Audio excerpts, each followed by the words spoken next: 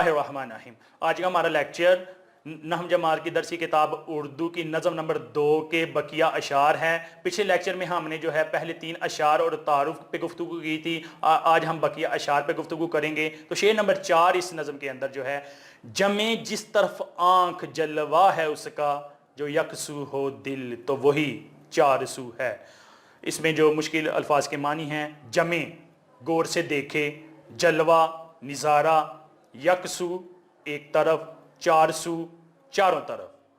मफहूम है इसका जो, जिस तरफ भी आंख उठती है उधर हजूर का जलवा है, अगर दिल की तवज्जो से देखा जाए चारों तरफ आप ही नज़र आते हैं।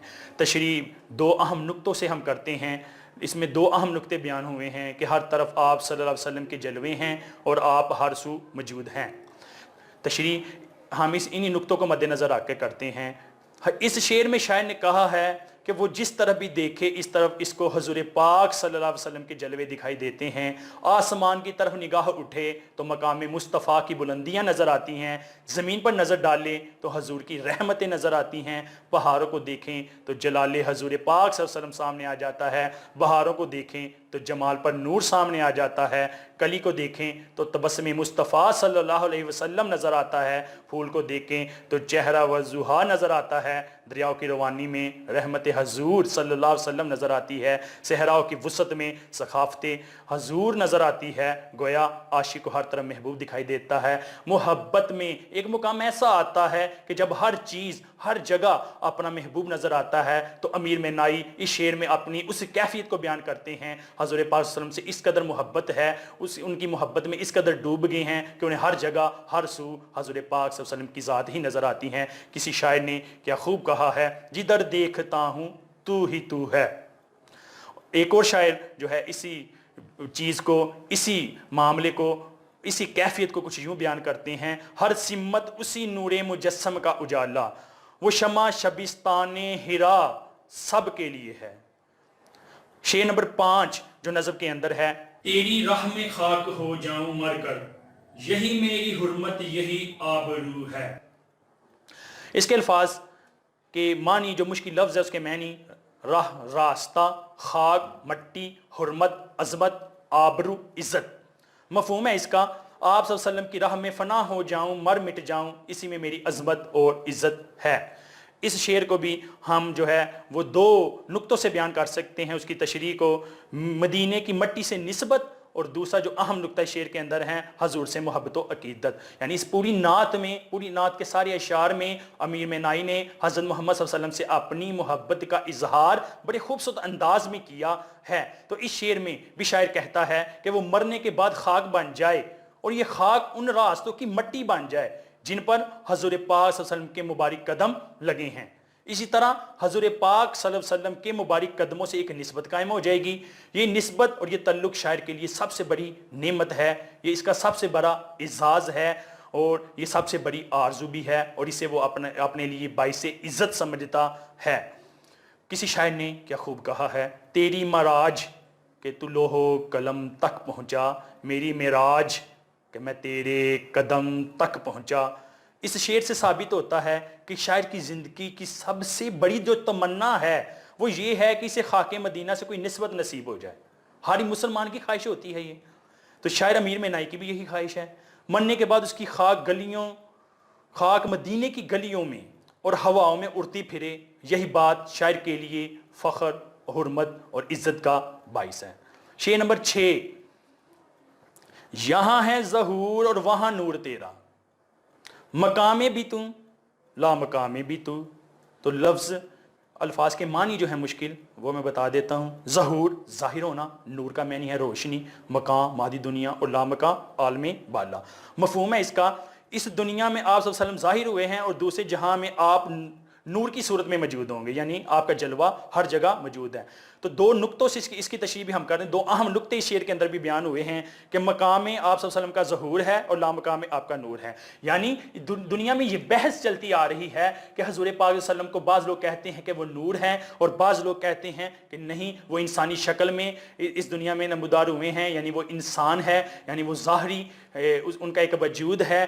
तो शायर ने इस جھگڑے کو جو ہے اس شعر کے ذریعے ختم کر دیا ہے، تو انہوں نے کہا ہے کہ حضور پاک صلی اللہ علیہ وسلم کی دونوں حیثیتیں ہیں، یعنی مقام میں، یعنی اس دنیا میں حضور پاک صلی اللہ علیہ وسلم کی ذات جو ہے بشکل انسانی تشریف لے کے آئی ہیں، اور آخرت میں یہ نور ہوں گے، یعنی حضور پاک صلی اللہ علیہ وسلم لامکان یعنی آخرت میں قیامت والے دن نور کی شکل میں، روشنی کی شکل میں آئیں گے، یعنی ہدایت کی روشنی لے کر جو ہے وہ دنیا میں آئے ہیں، تو وہ نور بھی ہیں، اور بشکل انسانی یعنی ان کا ظہور ہوا ہے تو وہ ظاہر بھی ہیں۔ ان دونوں نقطوں کو بیان کر کے اس جھگڑے کو مٹا دیا ہے شاعر نے، جو کہ اس دنیا میں برپا ہے، کہ حضور پاک صلی اللہ علیہ وسلم کی ذات پہ بحث جو کی جاتی ہے، کہ بعض کہتے ہیں کہ حضور پاک صلی اللہ علیہ وسلم جو ہے انسان ہے، اور بعض کہتے ہیں نہیں یہ نور ہیں، تو ان دونوں کیفیتیں حضور پاک صلی اللہ علیہ وسلم کی موجود ہیں، یعنی حضور پاک صلی اللہ علیہ وسلم نور بھی ہیں اور حضور پاک صلی اللہ علیہ وسلم کا ظہور بھی اس دنیا میں ہوا ہے۔ تو کسی شاعر نے کیا خوب کہا ہے، ہم جس میں بس رہے ہیں وہ دنیا تم ہی تو ہو، دل جس سے زندہ ہے وہ تمنا تم ہی تو ہو، یعنی سرکار پاک صلی اللہ علیہ وسلم سرکار دو عالم ہیں، اس دنیا میں بھی اور اس دنیا میں بھی موجود ہیں، ہر جگہ موجود ہیں، ان کا جلوہ ہر جگہ موجود ہے۔ یہ شعر نمبر 7 جو اس نعت کے اندر ہیں، جو اس نظم کا آخری شعر ہے، جو بے داغ لالا جو بے خار گل ہے وہ تو ہے، وہ تو ہے، وہ تو ہے، وہ تو ہے۔ اس کے مشکل لفظ کے جو معنی ہیں، بے داغ بغیر داغ کے، بغیر زخم کے، لالا سرخ رنگ کا پھول کا نام ہے، بے خار بغیر کانٹے کے، گل پھول مفہومی شعر کا جو ہے، داغ سے پاک لالے کا پھول اور کانٹے کے بغیر گل، دونوں کی خوبصورتی آپ صلی اللہ علیہ وسلم کی ذات میں موجود ہے۔ تو اس کی تشریح، اس میں بھی دو اہم نکتے ہیں، وہ دو اہم نکتے کیا ہیں کہ حضور پاک صلی اللہ علیہ وسلم کی ذات بے داغ لالے کے پھول کی طرح ہے، اور حضور پاک صلی اللہ علیہ وسلم کی ذات بے خار گل ہے۔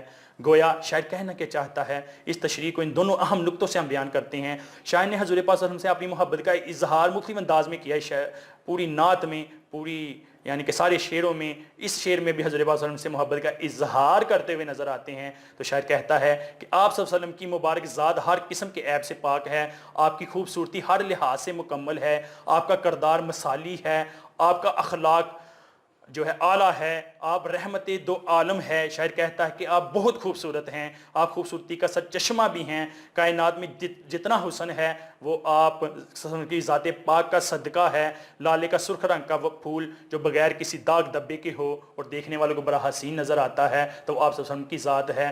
اور گلاب جو کہ کانٹے کے بغیر نامکمل ہے، لیکن حضور پاک صلی اللہ علیہ وسلم جو ہے وہ پھول ہیں جن میں کوئی کانٹا نہیں ہے۔ گویا ہم کہہ سکتے ہیں کہ حضور پاک صلی اللہ علیہ وسلم کی ذات بے عیب ہے، یعنی لالے کے پھول میں جو داغ ہوتا ہے تو وہ والا پھول نہیں، یعنی کہ حضور پاک صلی اللہ علیہ وسلم بے داغ لالا ہیں، ان میں کوئی داغ نہیں، کوئی عیب نہیں ہے، اور حضور پاک صلی اللہ علیہ وسلم کی ذات سے کسی کو کبھی کوئی نقصان نہیں ہوا، تکلیف نہیں ہوا، تو لہٰذا آپ بے خار گل ہے، یعنی گلاب کے وہ پھول ہیں جو کہ جس سے کانٹے اتار دی جائے تو اس کی خوبصورتی میں اضافہ ہو جاتا ہے۔ اس طرح لالے کے پھول میں اگر وہ داغ ختم ہو جائے تو وہ بھی خوبصورتی کا اعلیٰ شاہکار ہے۔ تو حضور پاک صلی اللہ علیہ وسلم خوبصورتی کی وہ مثال ہے کہ ان جیسی خوبصورت اور حسین چیز کوئی نہیں ہے، یعنی آپ بے داغ لالے کے پھول ہیں اور بے خار گل ہیں۔ تو شاعر نے اس شعر میں حضور پاک صلی اللہ علیہ وسلم کی ذات کو مکمل ذات اور خوبصورت ذات جو ہے وہ کے طور پہ بیان کر دیا ہے۔ کسی شاعر نے کیا خوب کہا ہے، کردار کا یہ حال صداقت ہی صداقت، اخلاق کا یہ رنگ کہ قرآن ہی قرآن۔ امید ہے آج کا لیکچر جو ہے آپ کو بخوبی سمجھ آ گیا ہوگا، تو ملتے ہیں اگلے لیکچر میں۔ خدا حافظ۔